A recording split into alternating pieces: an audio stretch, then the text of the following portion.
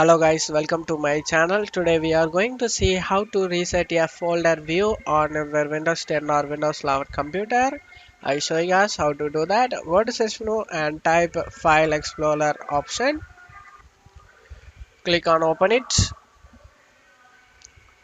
Select the View tab and you can apply this view such as details or icons to all folders of this type.